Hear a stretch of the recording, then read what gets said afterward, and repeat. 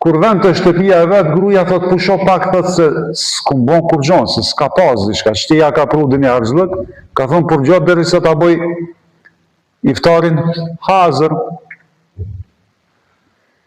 Dhe duke e pritur iftarin, që ta pregadis gruja e ti, atë e zë gjumi. Kur gruja e shef se ki ka flet, thot o im njeri ti mete pa iftar, se s'ka pas të drejt të hanë pasi ta zën gjumi.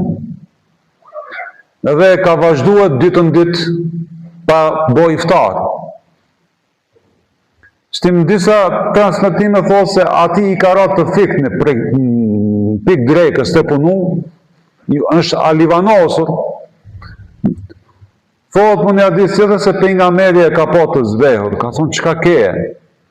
Ka thonë ja Rasulullah, kështu shumë doli pranë, dhe me ta pa hongër iftarit. Se më kishë zonë gjumi para iftarit dhe vazhdova ditën ditë pa hongër hiç, dhe më thonë ditë pa qel iftarit.